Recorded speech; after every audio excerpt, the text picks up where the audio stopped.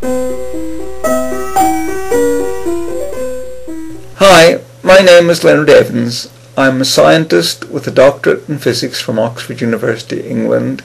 I've devoted my scientific background to better understand a problem that is of the utmost importance to us all, namely the risk we face in traffic. Over 100 people are killed on the roads of the United States in a typical day.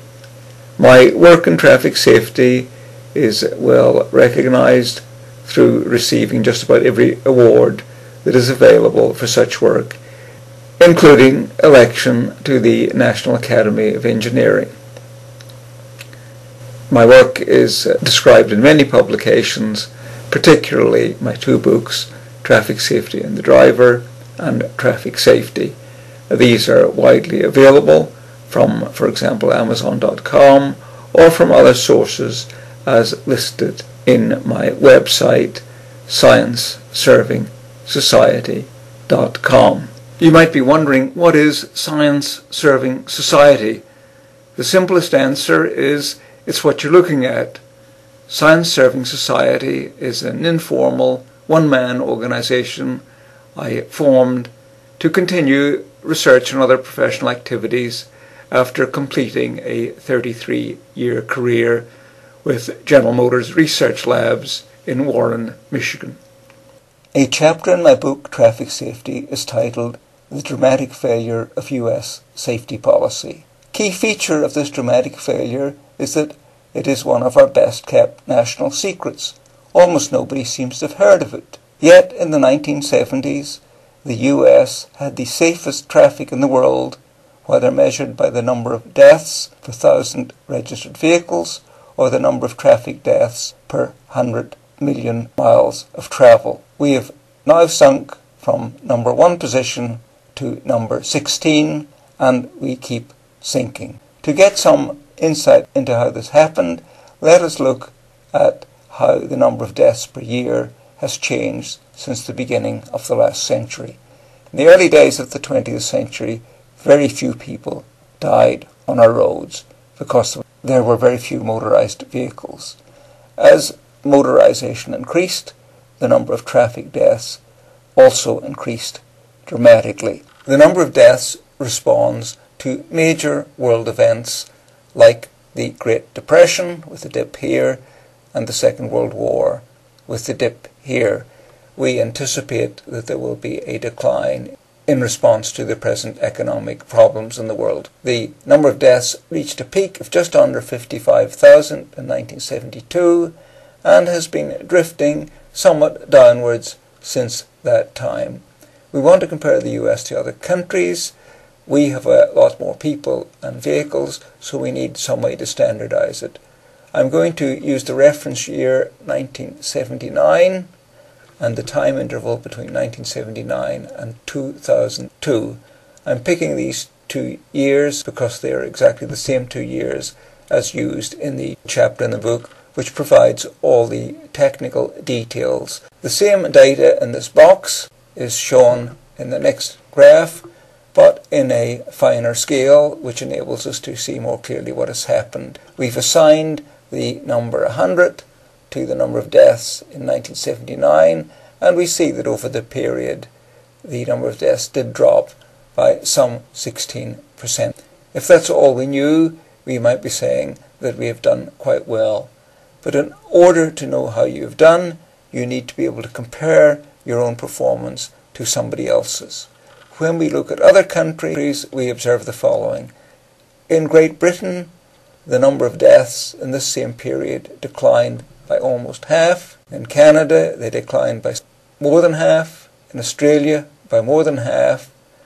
Looking at all three comparison countries together, we see that the US is very different from them.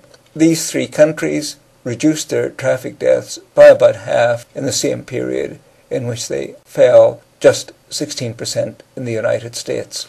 If our deaths had dropped by the same percent that they did in these comparison countries, we would have killed 16,000 fewer people. Looking at the number of deaths isn't the only way to analyze this. We could also look at the number of deaths per 1,000 vehicles or per 100 million miles. No matter which way you do it, you end up with the same conclusion. If US progress had kept in step with that in the comparison countries, 16,000 fewer deaths would have occurred in 2002. Summed over the entire period, we would have suffered 200,000 fewer deaths if we had merely matched the safety progress in those comparison countries. These comparison countries do not represent any gold standard. I've picked the ones I picked because they are so similar to the United States in terms of tradition, language, culture and law. We get the same conclusion if we pick a number of other countries in the world. These countries all have policies that I describe as ordinarily foolish because they're all based on the decisions of legislative bodies whose members are mainly concerned on being re-elected after the next election. How did the US manage to drop from being number 1 in safety to be number 16 and still descending? This happened because in the 1970s, US priorities became ordered completely opposite to where technical knowledge said benefits are greatest. Technical knowledge shows that vehicle factors are important, but they're not as important as roadway factors. Far more important than either are driver behavior factors.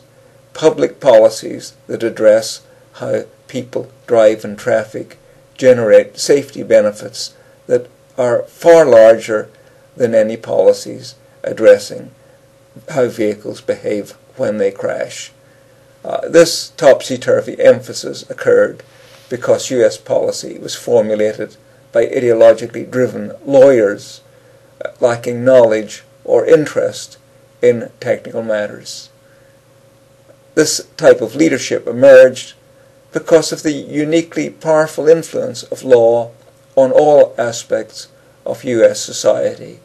Law has a dominant role in the US that is unparalleled in any country in the world, including in our own country prior to about the 1960s. I'm going to be talking more about these matters in future uploads. The details are in my book, Traffic Safety. You will find much information on all of these topics on my website, scienceservingsociety.com.